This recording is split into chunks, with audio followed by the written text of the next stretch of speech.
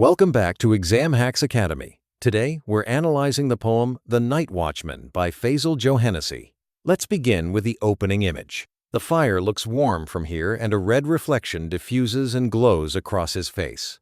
At first, it sounds calm and comforting, a fire, warmth, and a quiet moment. But the phrase, "looks warm from here," stands out. Do you think this suggests something deeper? Yes, that wording is crucial. The speaker isn't close to the fire. They observe it from a distance. So, there's already a sense of emotional separation and uncertainty. What looks warm might not be warm at all. The poem is hinting that appearances can be deceiving. Exactly. The phrase, "from here," draws attention to the distance, physical and emotional. It sets up the tension between what is seen and what is genuinely experienced. Now let's examine how the night watchman is described. He sits quite still, a gray overcoat drawn taut over his back. What does this detail reveal about his feelings? The stillness and the coat being drawn taut suggest tension, maybe even anxiety or restraint. He's not relaxed. He's rigid and possibly burdened, emotionally or otherwise. Then comes a striking line.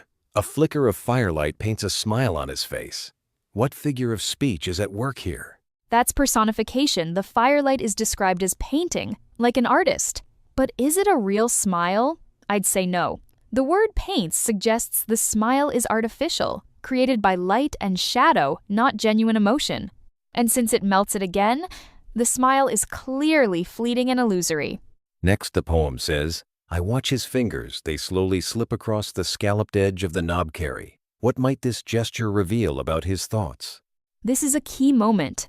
The gentle, almost affectionate way he touches the knobkerrie, a traditional weapon, suggests comfort in its presence or anticipation of its use. It shows he's not at peace. His thoughts may be dwelling on violence, danger, or readiness to act. Then we reach a chilling realization, and suddenly, I know that he waits for the cracking of skulls and the breaking of bones.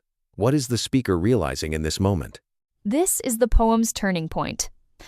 The speaker suddenly understands that the night watchman is not just waiting quietly, he's expecting violence and confrontation.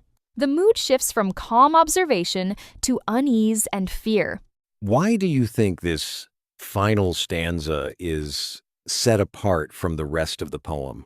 The separated stanza mirrors the sudden insight and mental shift. It visually marks the moment of realization, almost like a pause before the truth hits. How does the speaker feel while watching the night watchman? There's an escalating sense of unease, tension, and fear. At first, the speaker is just observing, but as the details accumulate, the tension, the fake smile, the way he handles the weapon, it becomes clear that something is deeply unsettling. Do you think the night watchman values the quiet night? Perhaps, but not for peaceful reflection.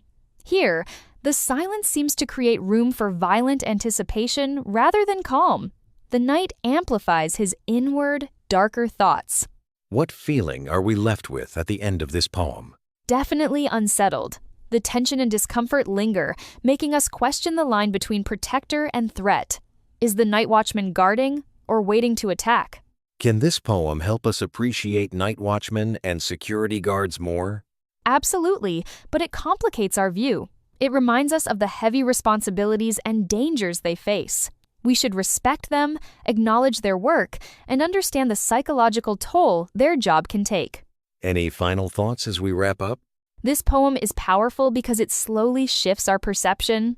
What starts as a peaceful scene turns dark, reminding us that not everything is as it seems, and sometimes the quietest moments hold the deepest tension.